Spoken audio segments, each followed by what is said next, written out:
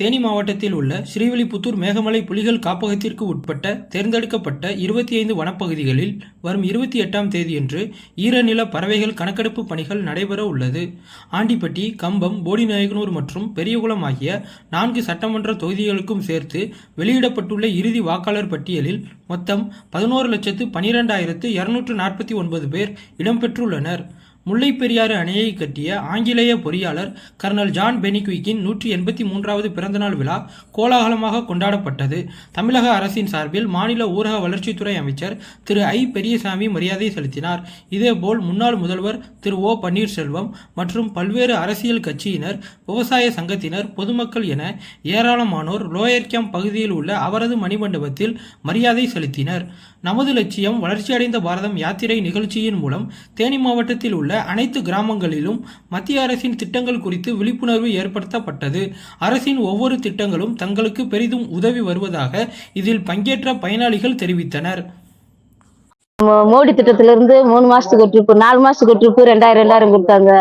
அது எனக்கு இடுபொருள் வாங்குறதுக்கு நல்லா உதவியா இருக்கு. இப்ப நாங்க உழுகுறதுக்கு, இடுபொருள் வாங்குறதுக்கு, உரம் வாங்குறதுக்கெல்லாம் அதை நாங்க சமாளிச்சுக்கிறோம். அதனால கவர்மெண்ட்ல இருந்து எங்களுக்கு தொடர்ந்து கொடுத்தாங்கன்னா, சென்ட்ரல் கவர்மெண்ட்ல இருந்து தொடர்ந்து கொடுத்தாங்கன்னா எங்களுக்கு மக்களுக்கு ரொம்ப உதவியா இருக்கும். சென்ட்ரல் கவர்மெண்ட்ல இருந்து மோடி திட்டத்துல இருந்து வர்றதுனால மோடி அரசுக்கு ரொம்ப நன்றி. ஃப்ரீ சிலிண்டர் வாங்கியிருக்கேன் மோடி திட்டத்துல இருந்து. முதல்ல விறகு வச்சு கஷ்டப்பட்டு இருந்தேன். இப்ப இந்த ஸ்கீம்ல சேர்ந்ததுல இருந்து ரொம்ப ஈஸியா இருக்கு.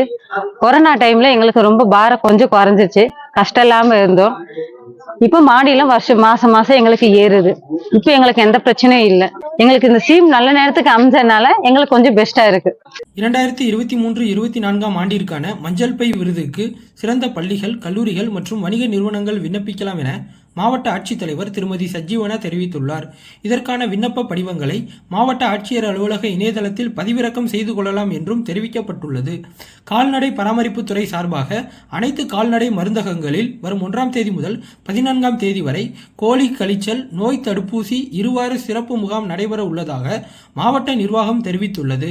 கேரளாவிற்கு குமிழி வழியாக ரேஷன் அரிசி கடத்த முயன்றவர்களை குடிமைப் பொருள் வழங்கல் குற்ற புலனாய்வு துறையினர் கைது செய்து 10 டன் ரேஷன் அரிசி மூட்டைகளை பறிமுதல் செய்தனர். நேரு யுவா கேந்திரா சார்பில் சுவாமி விவேகானந்தர் பிறந்தநாள் விழா மற்றும் தேசிய இளைஞர்கள் தினம் கொடுவிலார்பட்டியில் உள்ள தனியார் பாலிடெக்னிக் கல்லூரியில் கொண்டாடப்பட்டது. என்னோட பேர் மணிகண்டன். நான் டிப்ளமோ இசி படிக்கிறேன். இன்னைக்கு எங்க கல்லூரியில விவேகானந்தர் பிறந்த நாளை ஒட்டி நேரு விவேகானந்தரா அந்த இதுல இருந்து எங்களுக்கு ஒரு ப்ரோக்ராம் செட் பண்ணாங்க. தேசிய இளைஞர் தினத்தை ஒட்டி இன்னைக்கு நாங்க விவேகானந்தரை பத்தி நிறைய விஷயங்கள் தெரிஞ்சுக்கிட்டோம். அவருடைய பொன்மொழிகள், அவருடைய வாழ்க்கை வரலாறு, அவர் எப்படி வாழ்ந்தாரு என்றதை அவரை பத்தி இன்னைக்கு தெரிஞ்சுக்கிட்டோம்.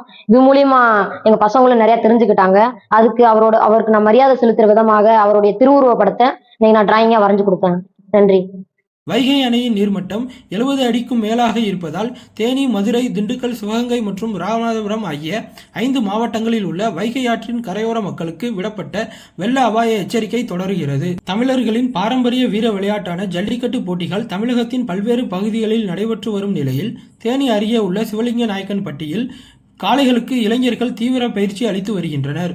ஜல்லிக்கட்டு காளைகளை நீச்சல் பயிற்சி, இந்த மண்ணு மூட்டை விடுறது, அப்புறம் பருத்தி விதை, இதெல்லாம் முறையா கொடுத்தாலேவும் மாடு கரெக்டா அந்த வாடியில ஏத்துறதுக்கு ஒரு 4 மணி நேரமா ஸ்டாண்டிங்ல நிக்கணும். இதை நம்ம 1 மாசமா இந்த பயிற்சிகள் கண்டினியூஸா நம்ம கொடுத்துட்டு இருந்தாலேவும் நம்மளுக்கு அந்த 4 மணி நேரம் நிக்கிற ஸ்டெமினா மாடுகளுக்கு தானாவே வந்துடும். அந்த பருத்தி விதை, இந்த மாதிரி குச்சி பின்னாக்கு இதெல்லாம் கொடுத்தா உடம்பு நல்லா இறுக்கமா இருக்கும்.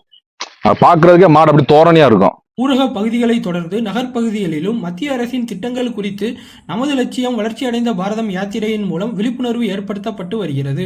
உத்தமபாளையம் மற்றும் ஓடைப்பட்டி பேரூராட்சிகளில் நடைபெற்ற நிகழ்ச்சியில் பங்கேற்றவர்கள் மத்திய அரசின் திட்டங்களால் தங்கள் வாழ்வாதாரம் மேம்பட்டு உள்ளதாக தெரிவித்தனர். என்னோட பேரு கலாநிதி. நான் தேனி மாவட்டம் ஓடைப்பட்டி கிராமம் இருக்கேன். நான் விவசாயம் பண்ணிட்டு இருக்கேன். கனரா வங்கியிலிருந்து நான் கேசிசி, கேஓடி இது போன லோன் வாங்கியிருக்கேன். இதுல மத்திய அரசோட பயிர்க்கடன் மானியம் எனக்கு கிடைச்சது.